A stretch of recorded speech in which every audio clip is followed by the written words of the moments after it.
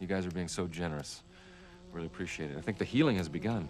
Met the greatest earthquake ever known. High on the rapids, it struck their tiny raft. Ah! That's good. And plunged them down. I'm so tired. 1,000 feet below. Man, I'm feeling weak. Really bushwhacked. Anyway, here's how I end it. A little arpeggio, nothing fancy. Oh, I really gotta sleep. Land, land of the love.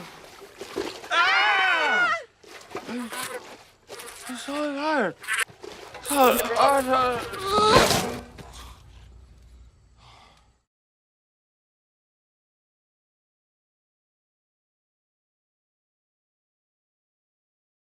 Well, welcome to your entertainmentticket.net. I'm Al McGee. This is Alan and John. John Delia. That's right.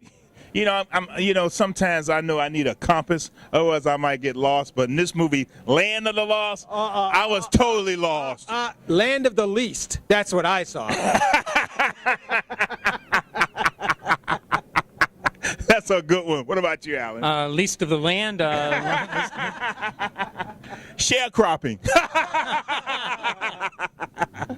Well, this is the new movie with Will Ferrell, and also in this is Anna Ferrell, and also Danny McBride. Now, I'm surprised, you know, Danny McBride. Great. He was good in this movie to you? Yeah. I liked him a lot. I always like him. This guy's come a long way from Fist Foot Way. Yeah, which was like his first film, and I like him now. I liked him then. He's just got that personality that really comes across well on the screen. I liked him. I watched him mostly in this. I did too. He had to suffer through the script, or else, you know, that was the problem. I mean, because he was really good. I mean, but he had to suffer through the script. He had to deal with whatever was on paper. You know, he had to deal with Will Ferrell.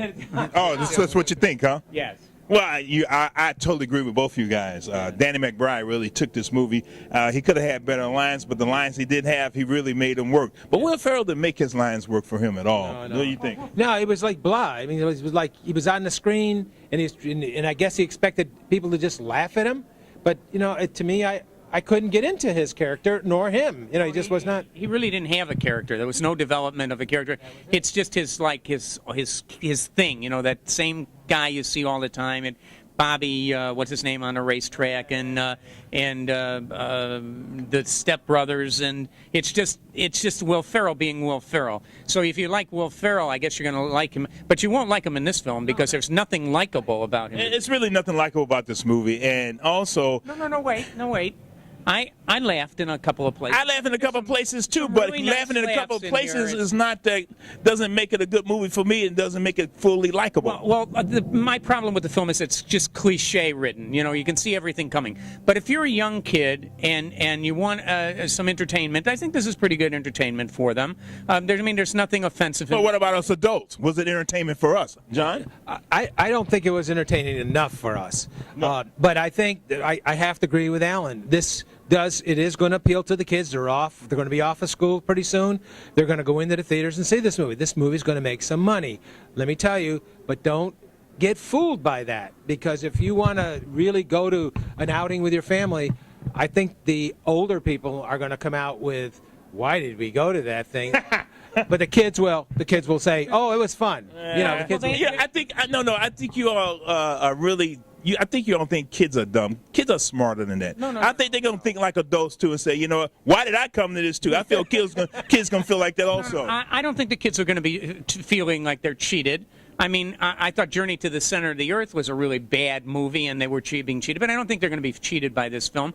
Particularly any of the kids who watch the series on television. Wait a minute, that series came out in the 70s, so no kid's going to remember that. It's been in reruns and reruns and reruns. Please. So, I don't know. But see, I don't understand the appeal. I don't understand why you would want to make this this film. Okay, that's a good point. That's a good point. It just like it comes out of the clear blue sky. Maybe they think that it's nostalgic, and it's not. No. But I don't think. I think the kids who come to see this movie don't know this film at all. And Lost in Space would have been better. Well, they did an Off in Space, and that didn't work out that well. So that was lame too. Brad Sibberling, he's the director of this. He did 10 Items or Less and Lemony Snicket's, a series of unfortunate events. I didn't like that. And he came from television, so that's his style. I don't know. He tried to be more comic. He didn't do that well for me in this film. Okay, come on. He didn't do that how well much for of this me. is Will Ferrell, and how much of this is the director? Well, really. this was supposed to be an adventure. It was a disadventure. Pretty good, yeah. Yeah. I would say that. Matt Lauer is wonderful in this. I really like Matt Lauer. The funniest parts of the film for me was Matt Lauer because of the Today Show, and I just love the guy, and I think he's really good, and actually turns out to be pretty good in this movie. Well, okay, I agree with you on that. He was okay. Just go see the trailer. You'll see the whole movie. That's right. And you see Matt Lauer. Well, how many palm trees you give it? I'll be generous and give it 2. Okay. John? I'll have to agree. 2.5. 2.5. I'm going to give it 2.5? I'm going to give it that Well, extra. generous. Yeah, generous. Okay, I'm going to give it 2. I'm going to be generous too and give it 2 palm trees for Land of the Lost. Well, we got lost in it.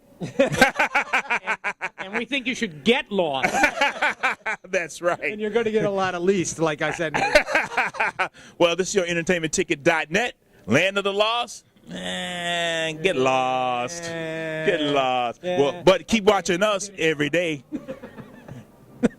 And the day after. Ciao. Yeah, later. Ciao, Bella. Please welcome Scientist of the Year 1996, Dr. Rick Marshall. The world of science is hair-raising. Son of a... I felt that in my groin. Al Gore says this theory of yours, time warps, it's nonsense. Al Gore is just a glory hound running his mouth. He won the Nobel Prize. You finished the time machine. All right, Holly. We'll start with taking some seismic readings inside the mouth of the cave. Something's happening. It's beautiful!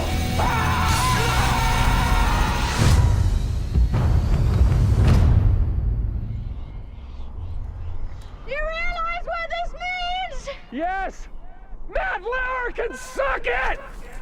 Did we go back in time and space? It's like a cosmic lost and found. A virtual land of the lost. Holly. Chaka. Chaka? No. Holly. Chaka. Will.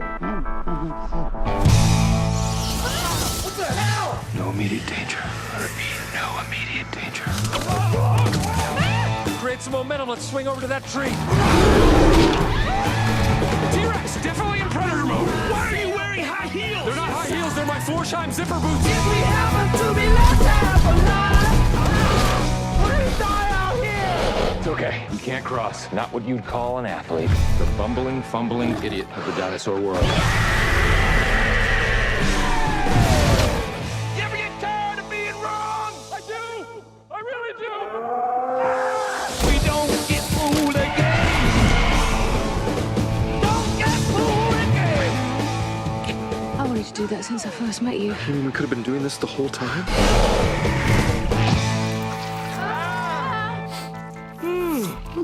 Weak. Really bushwhacked. I got sleepy.